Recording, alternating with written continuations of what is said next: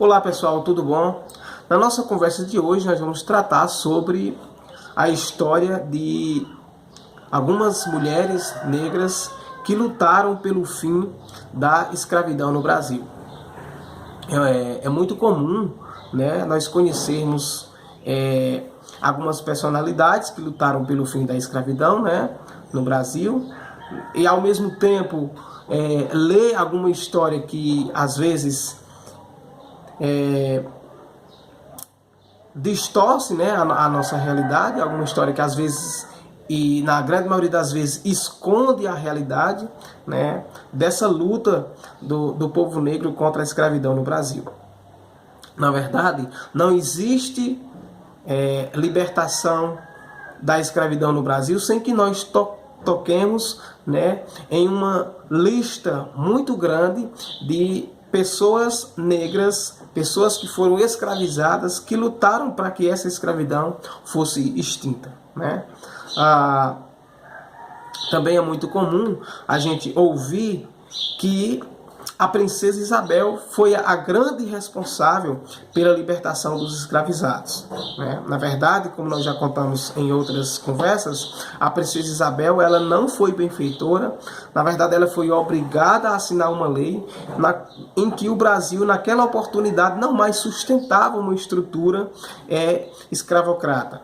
O Brasil estava passando por um momento em que não havia mais como sustentar o processo de escravidão no Brasil. Necessitava de um trabalho livre, necessitava de um trabalho que as pessoas fossem remuneradas para isso, né? Então a princesa Isabel foi obrigada a assinar aquela lei que tinha apenas 2 artigos, né? E nada citava naquela lei sobre o processo de ressocialização dos povos ex-escravizados, né? Portanto, é nosso dever, é nossa obrigação, né, demonstrar que a história ela não é aquela que nos é contada, né? Na grande maioria das vezes, a história da comunidade negra, a história da comunidade indígena, ela é apagada, ela é invisibilizada. E é o nosso papel, o nosso dever, contar essa história por um viés do povo negro, por um viés do povo indígena. Ou seja, que a gente fale da luta contra a escravidão, já que o nosso foco específico é esse, contada pelo povo negro, né?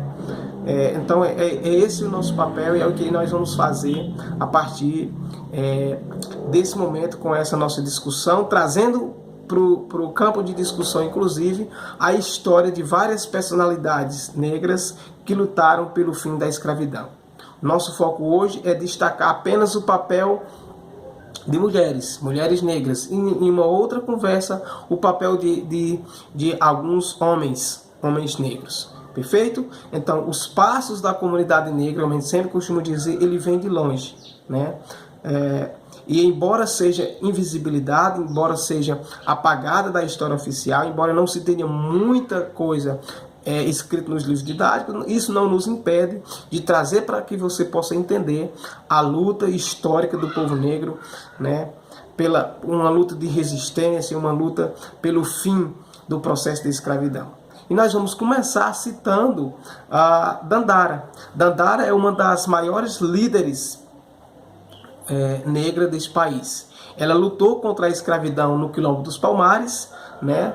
Dandara foi contra a proposta da coroa portuguesa, que tentava amenizar as lutas dos povos negros, que tentavam não colocar para frente a história do povo negro, né? As reivindicações do povo negro. E Dandara chegou a morrer durante uma disputa no Quilombo dos Macacos, que pertencia inclusive ao Quilombo dos Palmares, onde ela lutou ao lado do seu companheiro, que foi Zumbi dos Palmares, também um dos maiores líderes negros. Uma segunda personalidade importante é Anastácia. Anastácia teve uma luta importante na defesa da comunidade negra, na medida em que ela ajudava as pessoas que sofriam castigos físicos, né, que eram bastante comuns no processo de escravidão. Na verdade, era uma condição, inclusive, para ser escravo, né? Era você sofrer castigos físicos. e Anastácia chegou a ajudar as pessoas escravizadas, né, quando sofriam castigos físicos. Ajudou também na luta pela fuga de alguns escravizados. Lutou de forma muito forte contra a violência sexual e contra a violência física. E por essa luta contra a violência sexual e por a violência física, acabou sofrendo castigos, né, vindos dos escravizadores, né? Como, por exemplo, ela foi obrigada a usar uma mordaça, né, de Flandres, e também a usar uma gargantilha de ferro. E Luísa Marinha, a nossa próxima personalidade, né? A Luísa Marinha aqui está atrás, né, do lado direito do seu visor, né? E Luísa Marinha passou muito tempo no estado da Bahia, participou de algumas revoltas importantes, né? Uma das mais importantes, já organizada pelos escravizados, que foi a Revolta dos Malês em 1835. Então, a Revolta dos Malês teve a liderança de Luísa Marinha. Claro que ela participou também de outras revoltas, né, e tudo mais. Teresa de Benguela é uma próxima personalidade a ser discutida por nós, né, e que, quando você ouvir falar do Dia Internacional da Mulher Negra, né, comemorado no dia 25 de julho, com certeza você vai ouvir o nome de Teresa de Benguela. Então, o dia 25 de julho é comemorado o dia de Teresa de Benguela e também o dia da Mulher Negra, né, que é homenagem a Teresa, que foi uma líder importante, uma líder quilombola importante. Ela era mulher do líder do quilombo do Quarterê, ou quilombo do Piolho, né, no estado do Mato Grosso.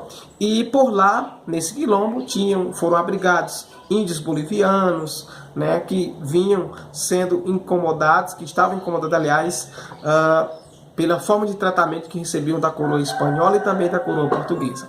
Teresa de Benguela foi presa em um dos confrontos que teve, né, e não aceitou a condição de escravizada e acabou suicidando-se. Nós temos também Aqualtune, né, que era filha de um rei do Congo e foi vendida para o Brasil como escravizada. Grávida no quilombo dos Palmares, chegou a organizar suas primeiras fugas. E ela ficou conhecida por ficar ao lado de Gamba Zumba, que foi antecessor de Zumbi no quilombo, Zumbi que era neto, portanto, de Ganga Zumba. Aqualtune morreu queimada. Temos também Maria Filipa de Oliveira, né? Filha na ilha, foi lida, aliás, na ilha de Itaparica, na Bahia.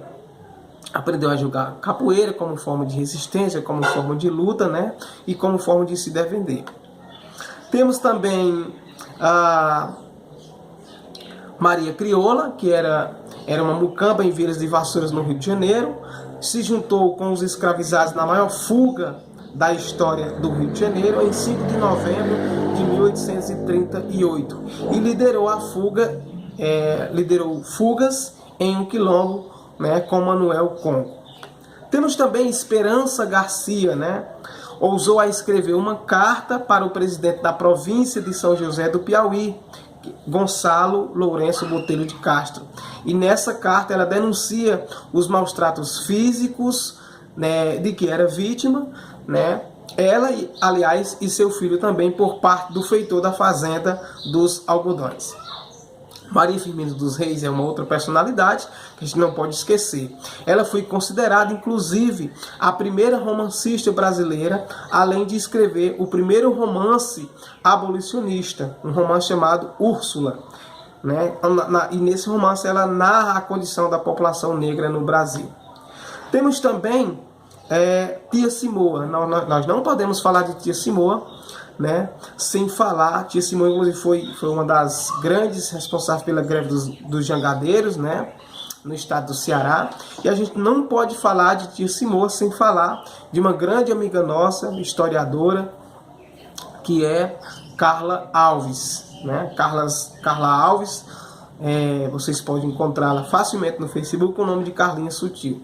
E Tia Simoa, segundo diz Carla Alves, né, ela na greve dos jangadeiros, que foi realizada no século XIX, no estado do Ceará, em 1881, foi responsável, a tia Simoa foi responsável por organizar, foi responsável por mobilizar uma grande parte da população cearense, né, para apoiar os movimentos daqueles, né, que lutavam contra, aliás, contra o fim da escravidão no Estado, né, e tudo mais. Carlinha também conta, né, Carla Alves diz que o protagonismo da tia Simoa, ao lado dos seus companheiros e companheiras, né, essa história ela é ocultada da história oficial do Ceará, da história oficial do Brasil, né, e tia Simoa é responsável aliás, ela é responsável e referência direta pela luta por liberdade, né, e tudo mais. Então, a tia Simoa liderou a luta contra a escravidão no estado do Ceará. É outra personalidade muito importante que nós não podemos esquecer de relatar. Tá bom? Temos também uma personalidade muito importante que a gente precisa discutir, que Naagotime. Naagotime era uma rainha do Beni e foi vendida como escravizada para o estado do Maranhão. E até ganhou um novo nome, né? Maria Jesuína. E Naagotime, ou Maria Jesuína, fundou a Casa das Minas e reconstruiu o culto aos seus ancestrais. Temos também ainda Maria Aranha, que foi líder do quilombo de Mola, no estado do Tocantins, venceu todos os ataques escravistas e organizou essa sociedade local. Tá bom? E por último, temos também Eva Maria de Bom Sucesso. Era uma escravizada alforriada que vendia frutas e verduras no estado do Rio de Janeiro. Foi agredida por um homem branco e conseguiu que ele fosse preso e condenado por essa agressão. Como vocês podem ver, a luta pelo fim da escravidão ela é muito anterior à Lei Áurea, que foi apenas assinada pela princesa Isabel em 13 de maio de 1888. Como vocês podem ver, a luta pelo fim da escravidão, ela também é muito anterior a todas aquelas leis que nós citamos na nossa conversa passada, como a lei Eusébio de Queiroz, né, como a lei do ventre livre, como a lei do sexagenário, até chegarmos à lei Áurea em 1888. A luta pelo fim da escravidão, ela é muito além disso. Ela vai muito além disso. E essas mulheres negras que nós citamos aqui, todas elas com um histórico de vida de luta, com um histórico de vida de resistência, ela não nos deixa mentir com relação a isso. Tá bom? Espero que vocês tenham entendido. E no nosso próximo encontro nós vamos falar sobre a resistência, sobre a luta também pelo fim da escravidão, agora de homens negros. Perfeito? Abraço virtual a todos e a todas.